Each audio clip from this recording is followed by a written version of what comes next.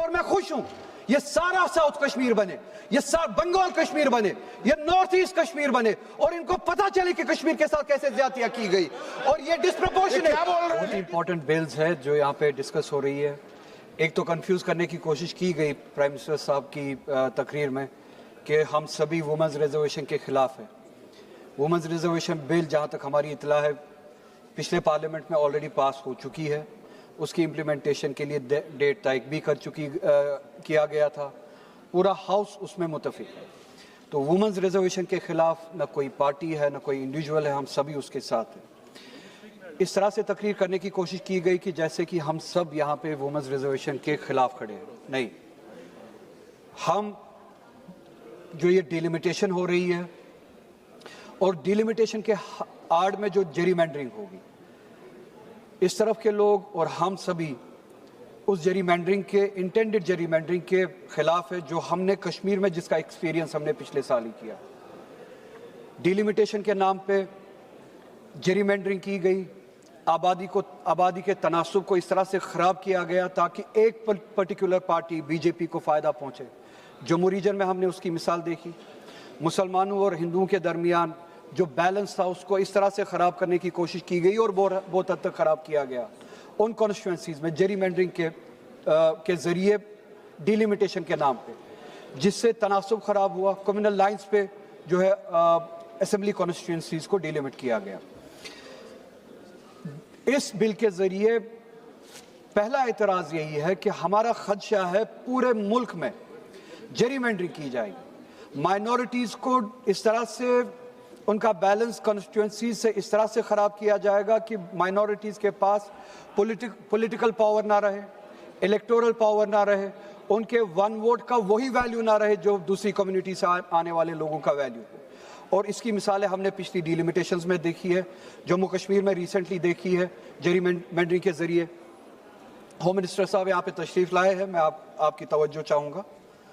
कश्मीर में हमने इस एक्सपीरियंस को झेला है। हम नहीं चाहते हैं कि पूरे मुल्क में वो जेरीमैंडरिंग हो जिससे आबादी का तनासुब कॉन्स्टिट्यूंसीज़ में कम्युनल लाइंस पे ख़राब किया जाए। दूसरा इंपॉर्टेंट सवाल मेरा ये होगा, जम्मू कश्मीर के हवाले से हमने जब 1947 में इस मुल्क के साथ इल्हाक किया और हम इस मुल्क का हिस्सा बने, हमने कुछ प्रोटेक्शंस मांगी। आज वो आहिस्ता आहिस्ता वो सारी प्रोटेक्शंस ख़त्म हो रही है।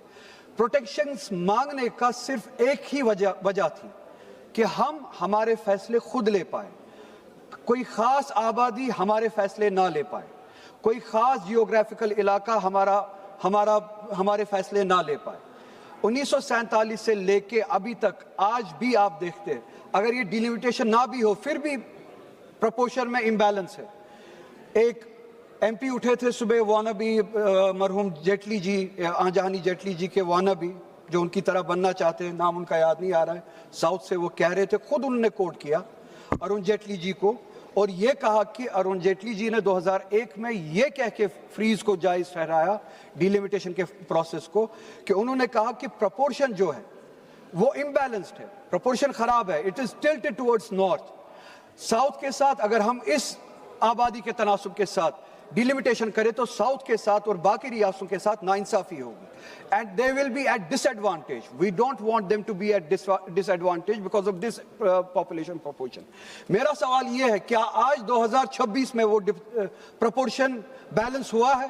प्रोपोर्शन आज भी उतना ही खराब है। आप ये डिलिमिटेशन करें या ना करें, उसके बावजूद भी खराब है। इट्स टिल्टेड टुवर्ड्स नॉर्थ और इस डिलिमिटेशन के बाद it will further tilt towards north और सारी की सारी ताकत जो है 4-5 रियासतों में होगी। इस डिलिमिटेशन के बाद इंडेंटेड जो नंबर्स है, यूपी, बिहार, मध्य प्रदेश, राजस्थान, महाराष्ट्र और गुजरात मेनली, इनके पास तकरीबन कुल मिला के 400 के करीब सीट्स होंगे और जम्मू कश्मीर का फैसला ये 4-5 रियासतें अकेले ले सकती है।